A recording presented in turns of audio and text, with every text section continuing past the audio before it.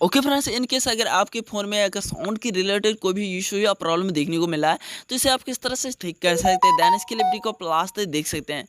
अगर आपके पास सैमसंग के A12 फ़ोन है, जो अगर उसमें साउंड के रिलेटेड इशू आ रहा है, तो इसे ठीक करने के लिए आपको क्या करना पड़ेगा, क्या प्रोसेस है, देन इसके लिए वीडियो को प्लास तक देख सकते हैं। तो इसके लिए आपको सिंपली कुछ भी नहीं करना है, अपने मोबाइल सेटिंग्स को ओपन करना है। मोबाइल की सेटिंग्स को ओपन करने के बाद आपको मेक श्योर करना है कि आपका सिस्टम अपडेटेड हो। तो इसके लिए आपको सॉफ्टवेयर अपडेट में जाकर मेक श्योर करना है कि अपडेटेड हो। तो यहाँ पर जैसे कि देख सकते हैं मैं अपडेटेड वर्जन यूज़ कर रहा हूँ। देन थोड़ा सा आपको बैठ करना और इसे चेक कर लेना। चेक करने के लिए थोड़ा सा बैठ ही कर लेते हैं इसका।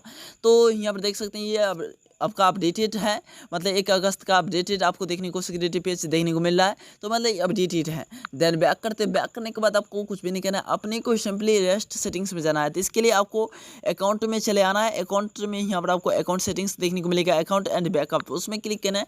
उसके बाद आपको रेस्ट, यहाँ पर आपको रेस्ट का जस्ट नीचे में ऑप्शन देखने को मिल रहा है रेस्ट, उस पर कर देने के लिए क्लिक करने के बाद आपको रेस्ट ऑल सेटिंग्स पर करना है क्लिक।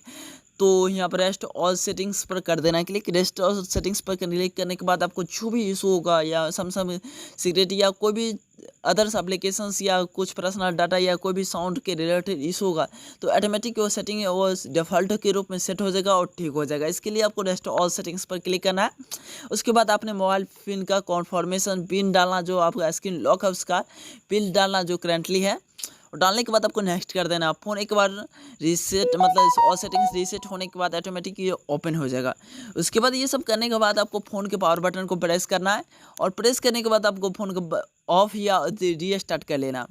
रीस्टार्ट करने के बाद आपको बैक कर देना। बैक करने के बाद आपको आपका फ़ोन का जो भी होगा, अगर सॉफ्टवेयर रिलेटेड इशू आ रहा होगा तो ऑटोमेटिक वो ठीक हो जाएगा। तो अगर ये हार्डवेयर रिलेटेड इशू होगा तो मेरा रिकमेंड रहेगा कि आप इसे सैमसंग के सर्विस सेंटर में जाकर इसे ठीक करा सकते हैं या मोबाइल रिपेयर दुकान में जाकर ठीक करा सकते हैं। मेरा रिकमेंड रहेगा, कुछ ज़्यादा रुपये लेंगे लेकिन सर्विस सेंटर वाला अच्छा से प्रॉपर ढंग से आपका फ़ोन को ठीक कर देंगे। अगर दोस्तों वीडियो इन्फॉर्मेटिव साथ नॉलेजेबल लग रहा हो तो मैं श्योर कीजिएगा, इस चैनल को सब्सक्राइब कर लीजिएगा। वीडियो रिगार्डिंग आपके मन में कोई क्वेश्चन कोई हो तो कमेंट सेक्शन में पूछ सकते हैं। तब तक के लिए टाटा बाय बाय।